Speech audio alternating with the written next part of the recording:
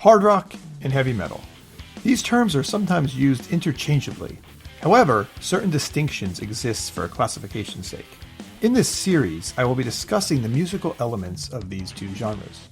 This video will focus on the overall sound and production of these two musical styles. I will present the examples in chronological order, so the viewer can discover how hard rock and heavy metal production trends changed over the years. Many genres are defined by instrumentation, and each subgenre of rock uses the core instruments of guitar, bass, and drums. So these instruments are a good starting point. Vocal style and tone of voice are also very important factors to consider when discussing genre. Other instruments such as keyboards, saxophones, and orchestral instruments are used as well. In general, hard rock tends to have more in common with the classic rock and roll sound established in the 1950s, though heavy metal spans the gamut in terms of sound. Sometimes heavy metal is more bare bones than hard rock, relying on the rawness of the production to accentuate the aggressiveness. Though sometimes the production includes dozens of layers, guitars upon guitars, bolstered with orchestral instruments, keyboards, choirs, and so on. See Hollywood metal. Here are some traits to listen for in the following examples.